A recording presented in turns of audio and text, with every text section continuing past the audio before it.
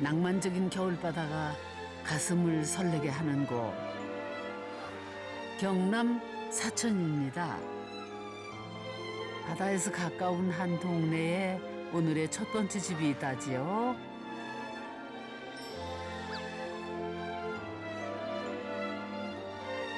멀리서도 기역자 구조가 눈에 띄는 이 집은 특별한 능력을 가졌다는데요. 해가 지면은 그 비밀을 확인할 수 있답니다. 추위가 매서운 겨울밤. 우와, 불이 들어오네. 민아가 읽어봐. 아빠 잘 모르겠다. 어려워가지고. 가족들이 오붓하게 둘러앉아 크리스마스 트리를 만드는 중이네요. 이번에 크리스마스 때 산타 할아버지 오시면 선물 뭐 받고 싶어? 과자 먹고 싶어. 과자 받고 싶어? 산타 할아버지를 기다리는 정민이네 집. 혹시 특별한 집을 찾으셨나요? 아직 잘 모르시겠다고요? 네, 이 집의 비밀은요. 난방을 하지 않고도 26.1도를 유지하는 집이랍니다. 낮에 이렇게 외부 차양 안 하고 햇빛 그대로 들어온 거를 놔두면 한 25도, 6도까지 올라가요. 그러면 저희가 굉장히 추위를 많이 타는 스타일인데 그 정도면 거의 난방을 안 해도 돼요. 온도는 계속 유지돼요. 이게 보온병 역할식으로 이렇게 보온병으로 보면 되거든요. 그러니까 이 집은 단열 공법을 통해 에너지 사용을 최소화한 패시브 하우스인데요. 그 원리는 보온병과 비슷하답니다. 차가운 물도 뜨거운 물도 보온병에 담으면 온도가 유지되죠, 왜? 인위적인 에너지를 이용해 난방을 해야 하는 일반 주택이 뜨거운 물을 계속 데워줘야 하는 것과 같다면요. 단열을 강화해 열 손실을 최소화한 패시브 하우스는 보온병과 같다고 보면 이해가 쉽죠.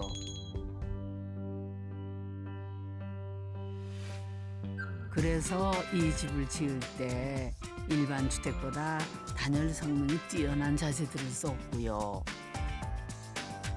벽이나 창문과 같이 틈새 바람이 드나들 수 있는 곳에도 철저하게 기밀 작업을 거쳐 완성된 집이라고 합니다.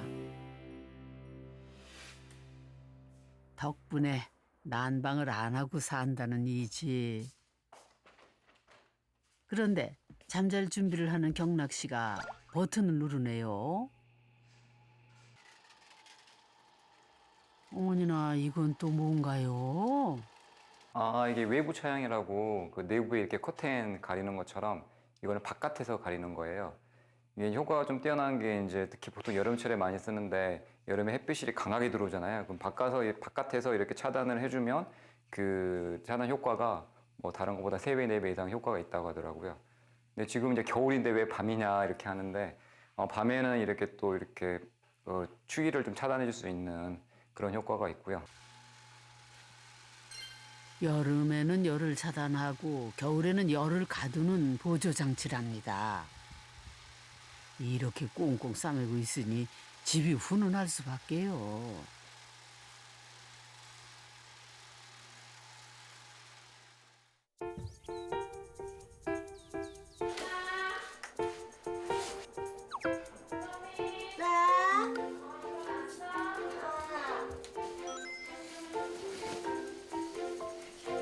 밤새 훈훈한 방에서 단잠을 자고 일어난 정민이 가장 먼저 하는 일은 차양 올리기입니다. 이제부터는 햇빛이 이 집의 에너지가 되어주니까 말이죠.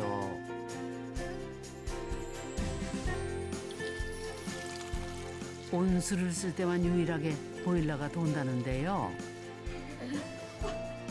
전에는 아파트에 살았다는 정민이네 가족. 패시브 하우스에 살아보니 어떠신가요? 저희 어렸을 때 이제 할머니 집에 가보면 항상 외풍이 심했어요. 그래서 주택은 좀 뭐랄까 아파트보다는 춥고 유지보수 많이 들어가고 그런 안 좋은 인식만 갖고 있었는데 네, 패시브 하우스를 짓고 나니까 일단 너무 따뜻해요. 따뜻하고 그리고 일단 쾌적하고 예, 그런 장점이 있어요. 정민이 집이 좋아? 네. 근데 더워요. 밖에는 추운데 정민이 집은 되게 덥다. 엄마는 더운 거 좋아해요. 정민이는? 잠들 때 이불 발로 자고 자요. 어머와 딸 사이에 이런 온도차가 있을 줄은 몰랐네요. 36평인 이 집에서 냉난방 기기는 단 한 대뿐. 한여름이나 한겨울에만 잠깐씩 튼다고 하는데요. 단열이 워낙 잘 돼 있어 30분만 틀어놔도 온도가 그냥 유지된다네요. 안녕하세요. 그렇다면은 기름 보일러가 놓인 이 집의 난방비는 얼마나 될까요? 오로지 온수를 쓸 때만 보일러가 돌다 보니 10달 만에 기름을 채운답니다. 다른 집은 얼마에 한 번씩 시원나 모르겠네요. 시골에 많이 때문에 오풍이 많고 이런 집 좀 크고 한 데는 한 달에 한 번씩.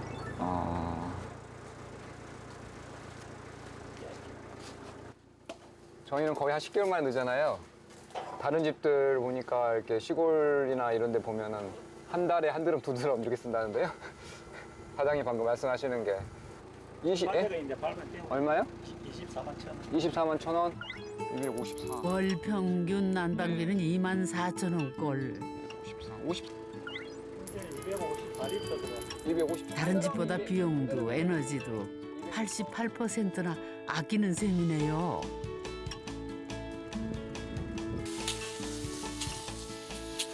이 집의 특별함은 여기서 끝이 아니랍니다.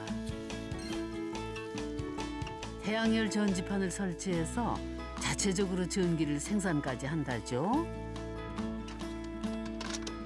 작아 보이는데 효율은 어떨까요? 이게 이제 3kW 일반 가정용 패널인데요. 이제 이걸로 해서 전기 요금을 보면은 한여름철에 이렇게 에어컨 안 틀고 그러면 거의 한 5,000원? 그리고 건조기라든가 세탁기를 자주 돌리면 한 7,000원 정도밖에 안 나오더라고요. 에너지 소비를 줄이는 집이지만 사실 건축 비용은 만만치 않다는데요. 여러 가지 설비로 건축 비용이 일반 주택보다 더 든다는데 그걸 감수하고 지으신 이유가 있다고요? 사실 제가 환경론자 이런 뭐라 그러죠? 그런 건 아닌데 에너지 쪽 관련된 에너지 산업에 좀 종사하고는 있는데요. 그러면서도 좀 많이 배고 느낀 것들이 있죠. 전기를 만들기 위해서 원자력 이런 것도 있지만 거의 주력은 석탄 화력이에요. 그래서 좀 과다하게 소비하고 있는 건 아닌가 하는 생각이 든 거죠. 전기를 만드는 화력발전소에 다니고 있는 경락 씨. 사실 그가 에너지를 아껴야 할 이유를 깨닫게 된 거는 아이를 낳고서랍니다. 딸이 살아갈 환경을 위해 아빠의 마음으로 지었다는 패시브 하우스. 자, 그럼 이제 이 집의 본격적인 건축 탐구를 시작할 차례입니다. 살림길을 와서 거기서 또 1시간. 오늘도요, 먼 길을 달려온 건축가들이 있습니다. 하여튼 멀리도 안 해요. 그러니까 거의 끝단, 우리나라의 끝단까지 왔잖아요. 삼천포. 삼천. 근데 여기에 그 화력발전소가 있고 네. 거기서 일하시는 분들이 그 패시브하우스를 지으셨다고. 에너지를 만드시는 분들이 그러니까 만드시는 분들이 에너지를 아끼는 집을 지으신 오히려. 사람과 집을 잇는 부부 건축가 이명남 노은주 소장님이십니다. 사실은 패시브하우스라는 게 에너지 사용량을 굉장히 정량적으로 체크하는 집이라는 거잖아요. 그렇죠. 그래서 그런 것들의 의미를 여기서 한번 제대로 살펴볼 수 있으면 좋을 것 같아요. 그러니까요. 저기 보이는 저 집인가 보네. 그쵸. 창문들 이렇게. 네네. 아, 예리한 두 분의 눈에 집이 포착됐습니다.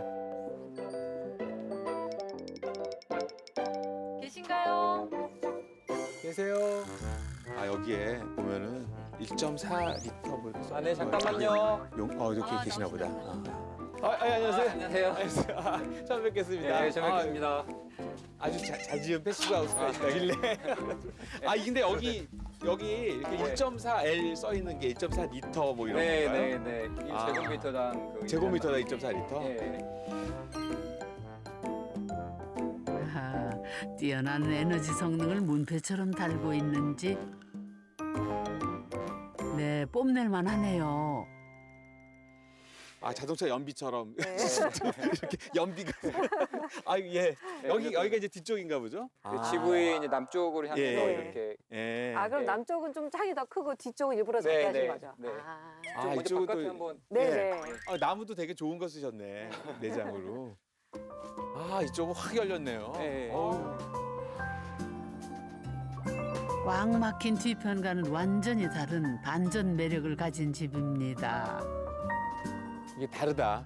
뒤에서 봤던 느낌하고 여기는 표정이 확 있네. 집의 표정이 다 카페 같아요.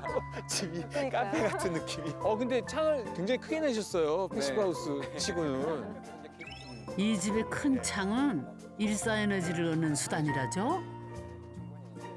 그리고 여기가 또 남부 지방이니까 네, 네, 네. 겨울에 그래도 상대적으로 따뜻한 편이잖아요. 그래서 아마 가능한 모양이죠. 전체적으로 다 이렇게 햇빛을 바라볼 수 있게끔 활동하는 네. 거. 이렇게 날개를 이렇게 쫙 펴고 있는 거지. 네네. 그렇죠. 이렇게 싹 안고 있으니까. 해양열을 얻기 위해 집 전체를 남향으로 배치하다 보니 독특한 구조가 됐다는데요. 북쪽은 열 손실을 최소화하기 위해 아주 작은 창을 냈고요.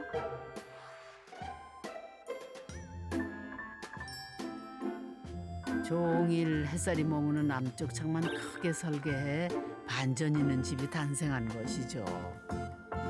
아니 그래서 이렇게 뒤에서 볼 때는 사실은 집이 좀 답답하지 않을까 걱정을 했는데 역시 앞에서 와서 보니까 시원하게 앞으로 잘 열려 있고 구성이 참 잘 된 집이구나 느껴졌는데 안에도 들어가 볼 수 있을까요? 아, 예.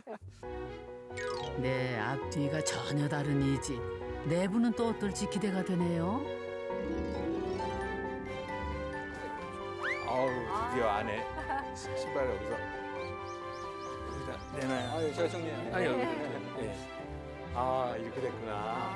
확실히 따뜻하다. 높고. 따뜻하다. 확실히 따뜻한데요? 그럼 옷을 좀 벗어야겠다. 네. 감사합니다. 역시 패시브 하우스라서. 따뜻하다. 난방을 지금 하신 거예요? 아니, 난방. 안 한 건데?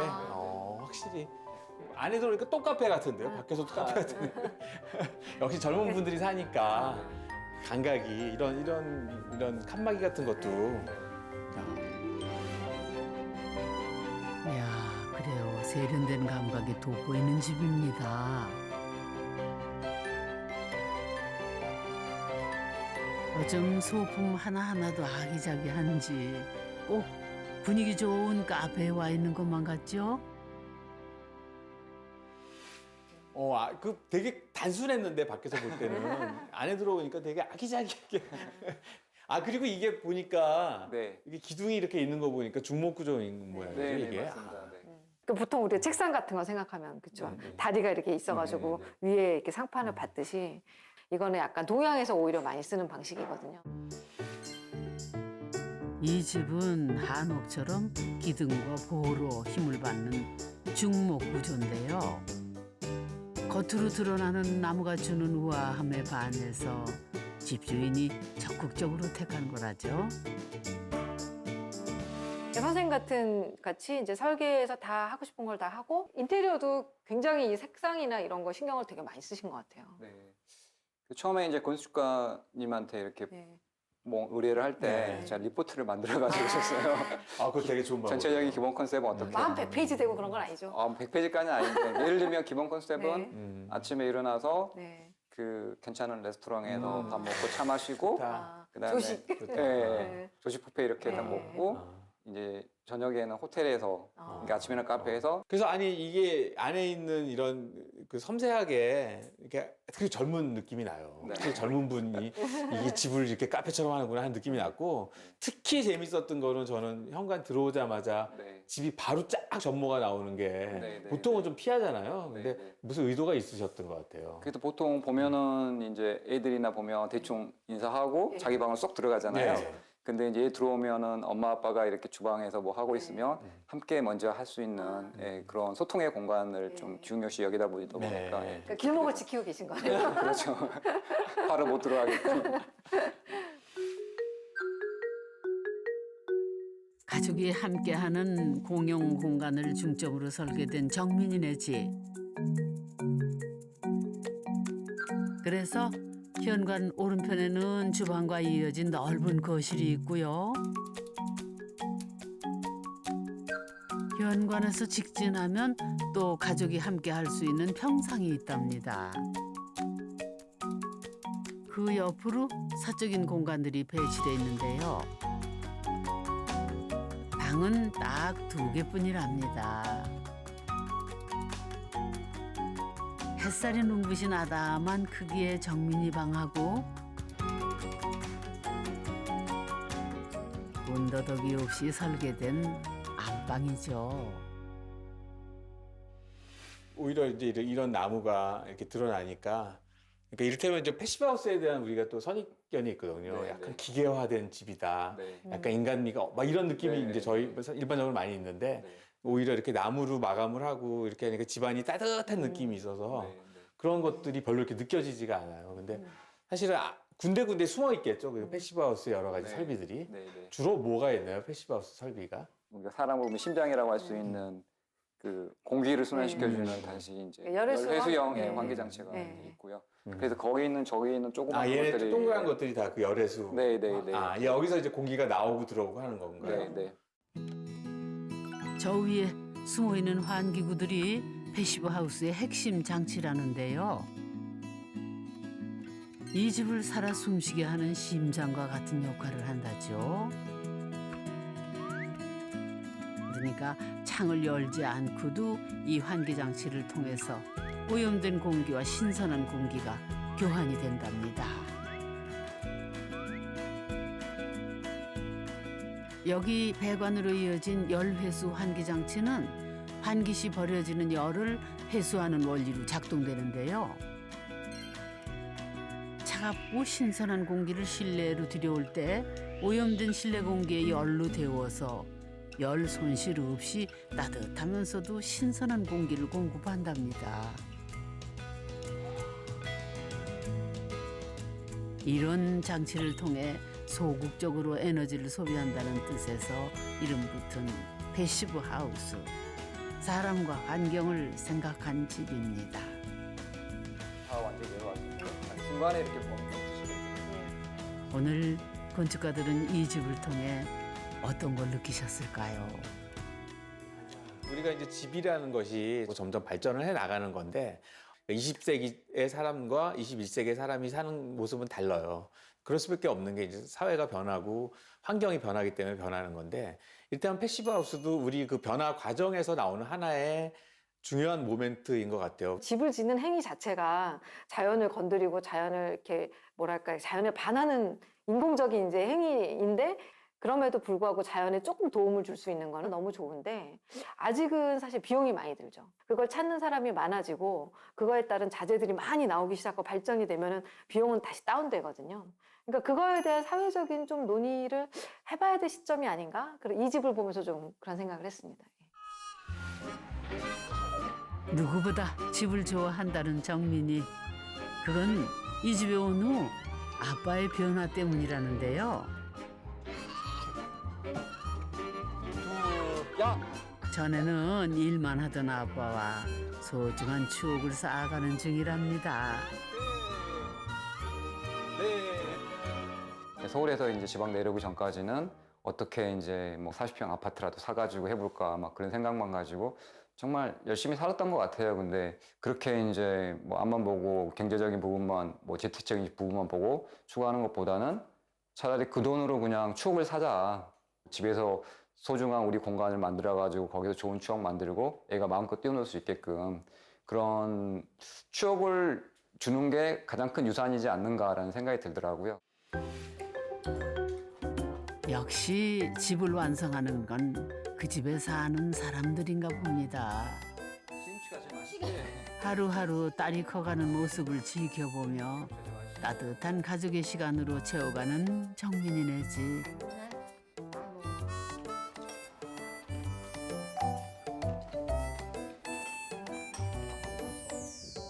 이 집이 그 어떤 집보다 따뜻한 또 하나의 이유. 이런 삶의 온기 때문이 아닐까요?